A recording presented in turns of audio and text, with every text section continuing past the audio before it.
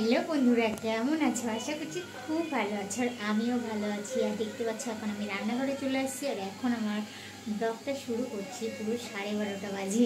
তো রান্নাঘরে কী কী রান্না করছি দেখে নাও। কী কী রান্না করছি তো এই যে দেখো, বড় বড় পাবদা মাছ ভেজে নিয়েছি। আর কী দিয়ে রান্না করছি তো দেখে নাও।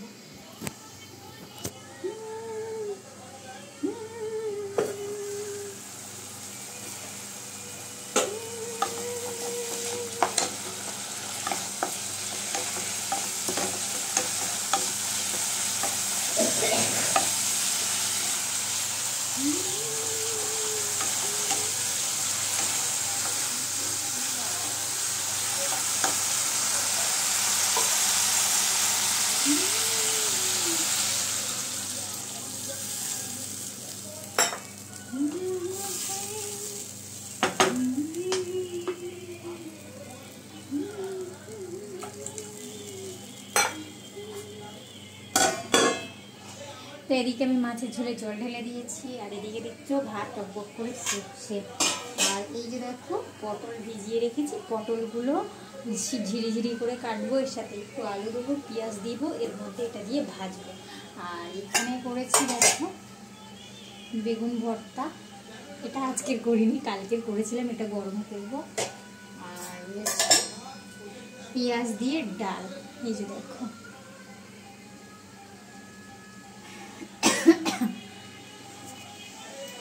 আর এই যে ধনে পাতা দেখতে পাচ্ছ, মাছেতে একটু ধনে পাতা দেবো ঝিরিঝিরি করে কেটে। আজকের বেশি কিছু রান্না করব না, এইটুকুই রান্না করব।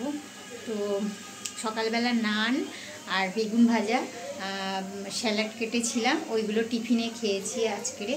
আর ওইদিকে দিদা বসে আছে, টিভি দেখছি ওখানটাতে বসে বসে।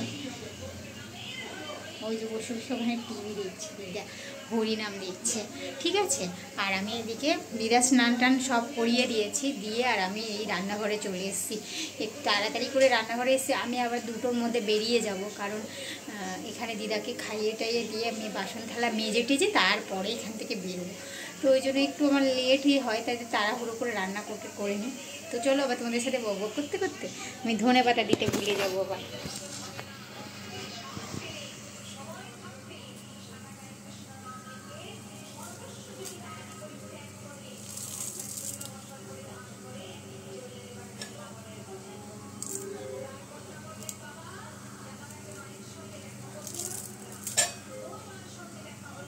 এই যে দেখো ধনে পাতা নিয়েছি।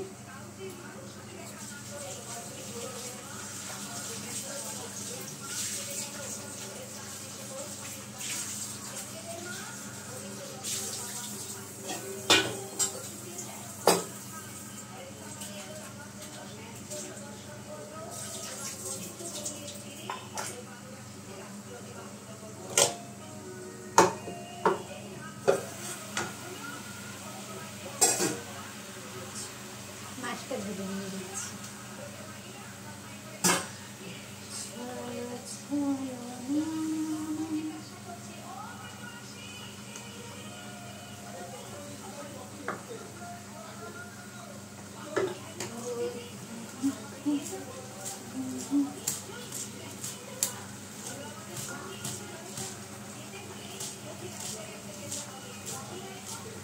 ছুরি দিয়ে ভালো করে ঝিরিঝিরি করে ধনে পাতাগুলো কেটে নিচ্ছি, ঠিক আছে।